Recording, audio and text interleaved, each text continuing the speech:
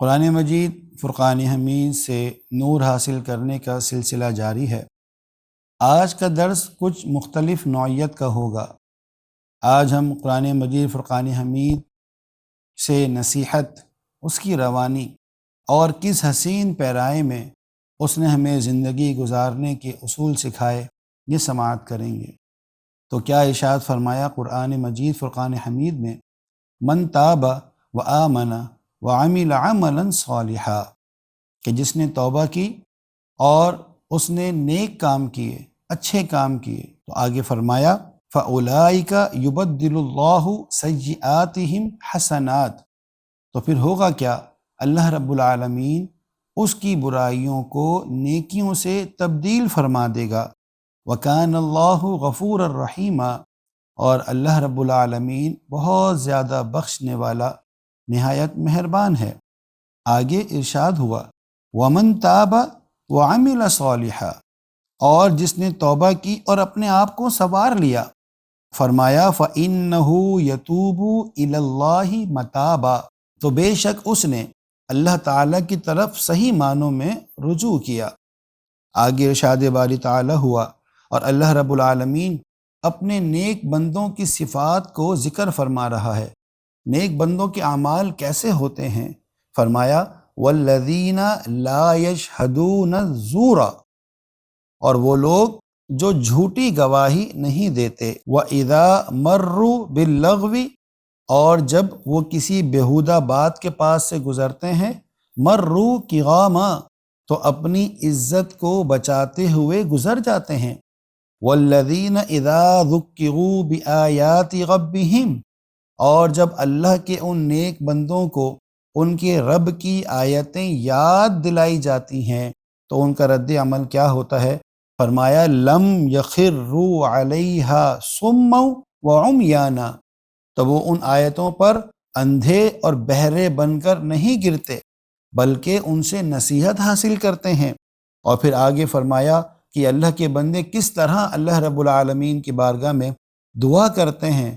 ارشاد باری تعالیٰ ہوا والذین یقولون ربنا، وہ عرض کرتے ہیں کہ اے ہمارے رب، ہب لنا من ازواجنا و ذریاتنا، تو ہمیں ہماری بیویاں اور ہماری اولاد سے قرۃ اعین، آنکھوں کی ٹھنڈک عطا فرما دے، ہمیں ہماری اولاد سے، ہماری بیویوں سے آنکھوں کی ٹھنڈک عطا فرما۔ وَاجْعَلْنَا لِلْمُتَّقِينَ إِمَامًا، اور وہ کیا پیاری دعا کر رہے ہیں کہ اے ہمارے رب، تو ہمیں متقین کا امام بنا دے۔ کیسی پیاری دعا ہے، کیسا پیارا انداز ہے۔ اور پھر نتیجتاً اللہ رب العالمین نے فرمایا اولئک یجزون الغرفۃ بما صبروا، یہی وہ لوگ ہیں کہ ان کے صبر کا بدلہ انہیں کیا دیا جائے گا؟ انہیں جنت کا سب سے اونچا بالا خانہ دیا جائے گا۔ وَيُلَقَّوْنَ فِيهَا تَحِيَّةً وَسَلَامًا، اور وہاں پر ان کی مہمانی خیر خواہی اور سلام کے ساتھ کی جائے گی۔ اللہ اکبر کبیرہ۔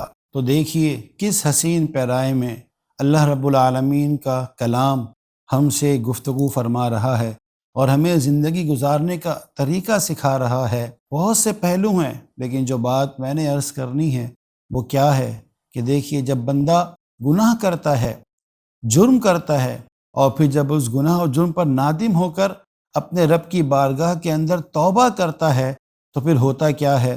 فرمایا فَأُولَئِكَ يُبَدِّلُ اللَّهُ سَيِّئَاتِهِمْ حَسَنَات، پھر اللہ رب العالمین کی طرف سے اس پر ان برائی اور جرم کے بدلے رحمتوں کی بارش ہوتی ہے، یعنی اس کی برائیوں کو اللہ تعالیٰ نیکیوں سے بدل دیتا ہے۔ سبحان اللہ، کیسی پیاری بات ہے کہ برائیاں ختم اور نیکیوں سے وہ بدل جائیں گی۔ یاد رکھیے پیارے بھائیوں، کامیابی کی پہلی سیڑھی توبہ اور استغفار ہے۔ خود نبی کریم علیہ السلام امت کی تعلیم کے لیے فرماتے ہیں کہ میں دن میں 100 مرتبہ استغفار کرتا ہوں۔ نبی کریم علیہ السلام جو امام المتقین ہیں، معصوم عن الخطا ہیں، اور ہم تو ہیں سراپا گناہ گار، تو ہمیں اللہ رب العالمین کی بارگاہ میں کتنی توبہ کرنی چاہیے۔ پیارے آقا علیہ السلام کے مبارک ناموں میں سے ایک نام امام المتقین ہے۔